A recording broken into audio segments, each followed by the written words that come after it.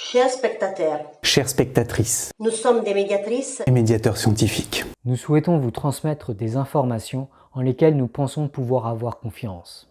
Mercredi dernier, l'OMS a qualifié la propagation du coronavirus de pandémie.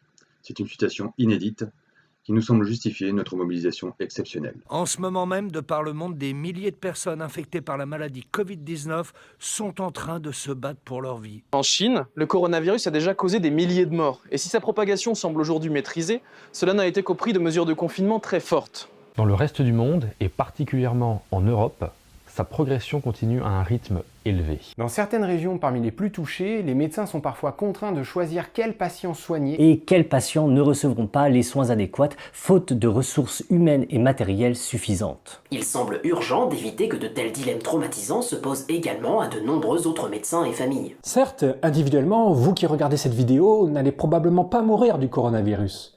Vous n'allez même probablement pas en souffrir directement. Cependant, à moins de prendre dès à présent des mesures drastiques pour réduire la propagation du virus, vous risquez de le transmettre de proche en proche à votre insu. Même si vous ou vos enfants n'avez pas de symptômes, il y a un risque que vous soyez infecté.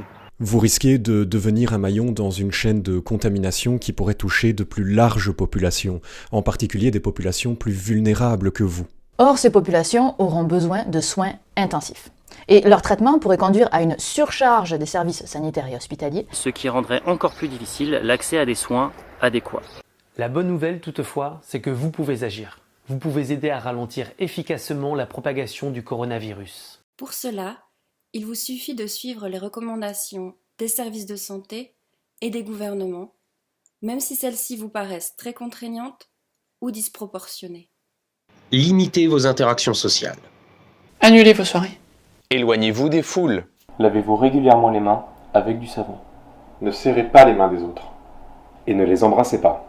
Toussez dans votre coude ou dans un mouchoir jetable.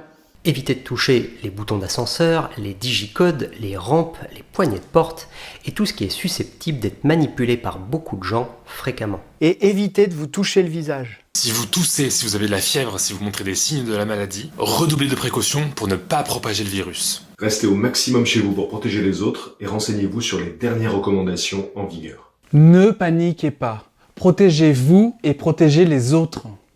Pour endiguer la propagation de ce virus, veillez aussi à mieux vous informer à son sujet, en consultant des sources fiables et à jour.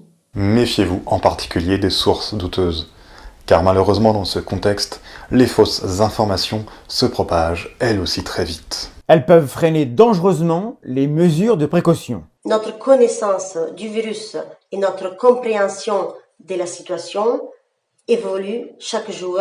Grâce au travail monumental des scientifiques et des agences sanitaires. Tenez-vous correctement informés. Nous vous invitons notamment à consulter les descriptions de cette vidéo qui listent de nombreuses ressources de vulgarisation ainsi que des ressources d'autorité reconnues. Enfin, vous pouvez contribuer plus encore en relayant cette vidéo. Et en encourageant vos associations, vos entreprises, votre entourage. À eux aussi de prendre les mesures de prévention adéquates pour freiner la propagation du coronavirus. Le coronavirus est un défi qu'il nous faut relever collectivement. Nous comptons sur votre support et votre aide pour limiter ces dégâts et revenir aussi vite que possible à une vie plus sereine. Merci.